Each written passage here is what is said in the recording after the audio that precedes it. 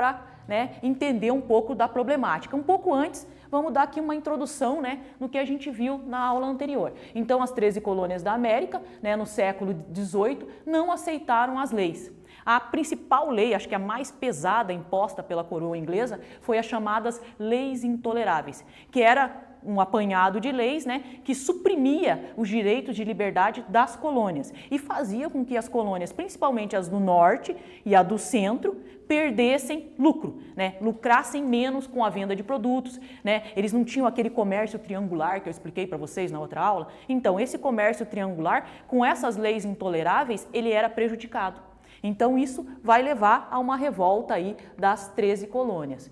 Então, nesse contexto, qual que é a problemática hoje na nossa aula, né? A gente vai ver, né, tentar buscar como foi o processo de conhecimento da independência pela coroa inglesa. Será que a Inglaterra reconheceu logo de cara a independência das 13 colônias? Falou, vocês são livres, façam o que vocês quiserem? Será que ela impôs alguma sanção? Será que ela cobrou, né, algum tipo de multa ou algum valor para reconhecer a independência das 13 colônias? Como é que foi esse processo? Né? Tudo tem um processo, uma construção. Né? Primeiro vem os países que não são amigos da Inglaterra a reconhecer a independência das 13 colônias e depois, por imposição de um contexto político e social, a própria Inglaterra vai reconhecer. E é isso que a gente vai entender hoje. Como é que foi esse processo? Que vai gerar, né, a Constituição Americana também, né, que vai ser o pressuposto para essa sociedade que está se formando a partir de agora. Então vamos aqui num remember, né, relembrando, né, o que a gente viu nas aulas anteriores sobre a formação dos Estados Unidos.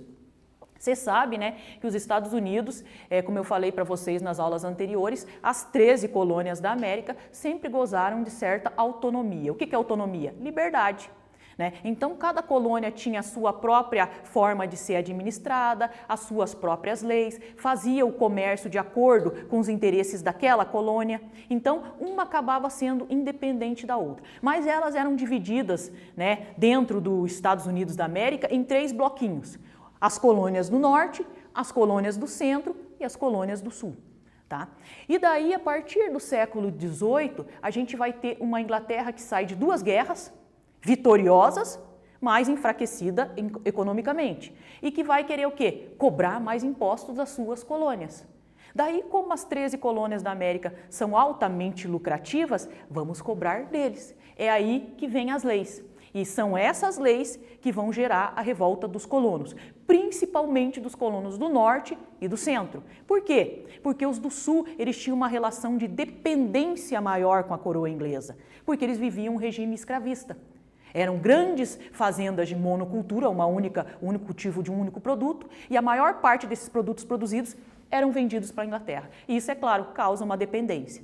Tá? Mas isso não signifique que as colônias do sul também não entraram no processo de independência. Entraram sim, porque elas também se sentiram lesadas com algumas leis impostas pela coroa inglesa. Então a gente vai lembrar aqui quais são essas leis, né? A gente tem a Lei do Açúcar, de 1764, né, que aumenta os impostos que é cobrado sobre o melaço, o vinho, o café, né, e isso faz com que encarece o produto final que é produzido pelas colônias.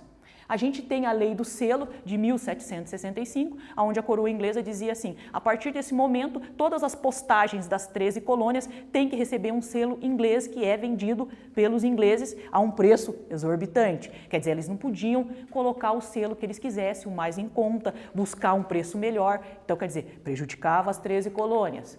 A Lei do Chá, né? A Inglaterra vai dar o controle da entrada e saída do chá para a Companhia das Índias Orientais, né, sediada em Londres. E ela que vai controlar a venda de chá para as 13 colônias.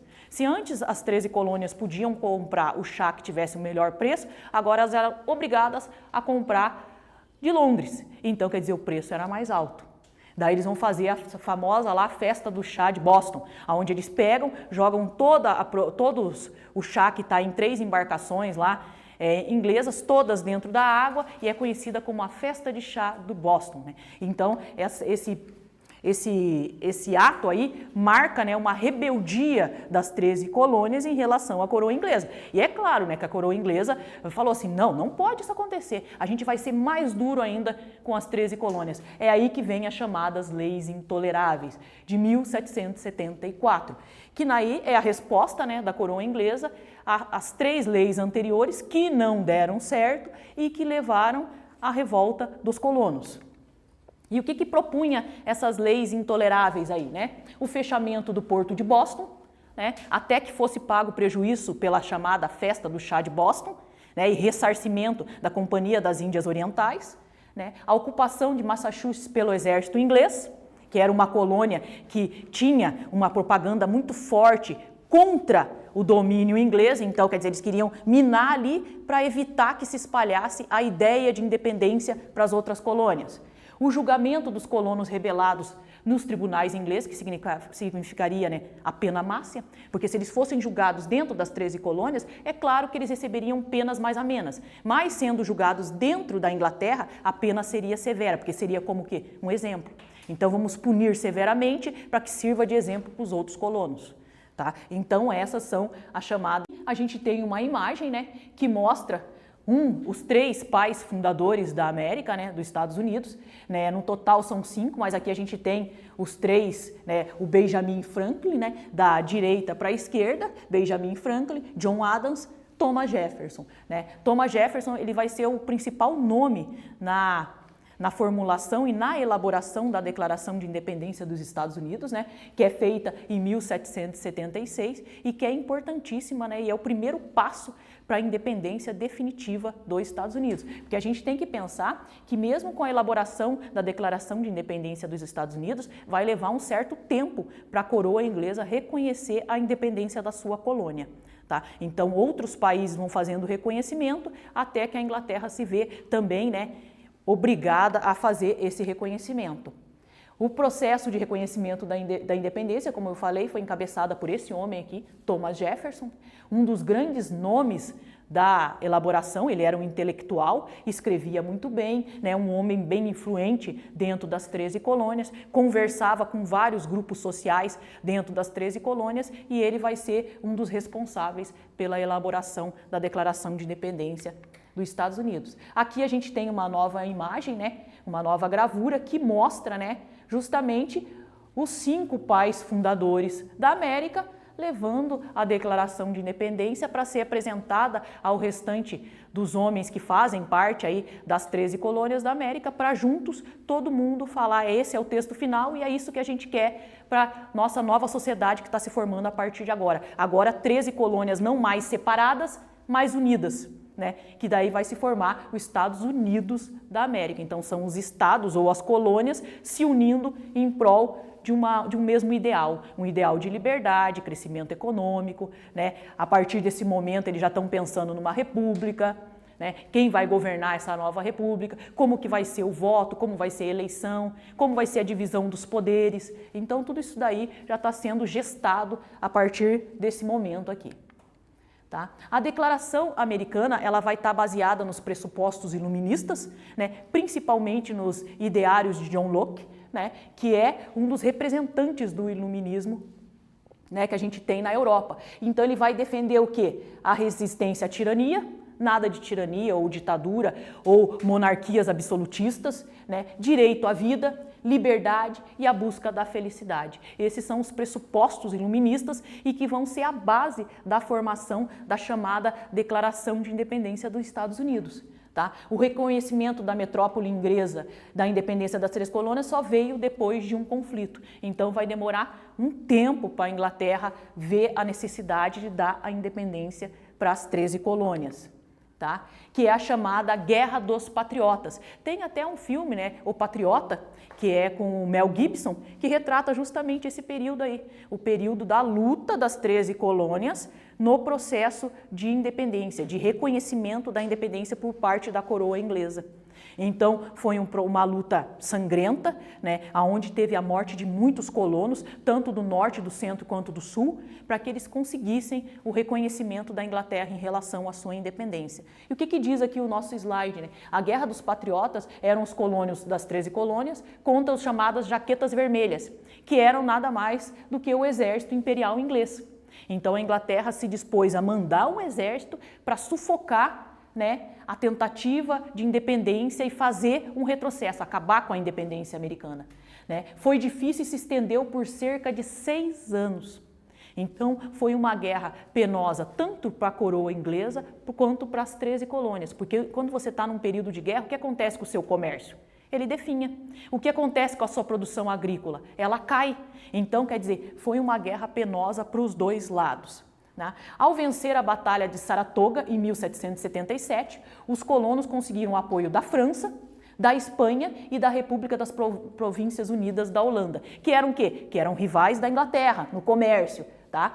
E todos esses reinos, rivais da Inglaterra, passaram a ajudar com armas, soldados e dinheiro. Então, a partir desse momento, 1777, as 13 colônias, né, os colonos, eles ganham um ânimo a mais para lutar e mais força também, né, para vencer. Finalmente, com a ajuda desses países, né, os norte-americanos conseguiram vencer em 1783, né, assinando o Tratado de Paris, aonde a Inglaterra reconhece a independência das 13 colônias. Era o primeiro país na América a se tornar independente. E a partir do exemplo das 13 colônias, a gente vai ter outros países na América. A gente vai entrar no assunto primordial da nossa aula de hoje, que é a elaboração da Constituição de 1787, que é a Constituição dos Estados Unidos. Aqui a gente tem uma cópia, né, da Constituição, para vocês terem uma ideia de como seria, né? Então aqui é uma cópia do que seria a Constituição, que foi um momento também extremamente importante na história dos Estados Unidos da América, né? Primeiramente a Declaração de 1776 e posteriormente a Constituição. Né? A Constituição do país ficou pronta em setembro de 1787 e é a mesma até os dias de hoje, a Constituição americana. O que tem em cima da Constituição americana da atualidade? Ela tem emendas.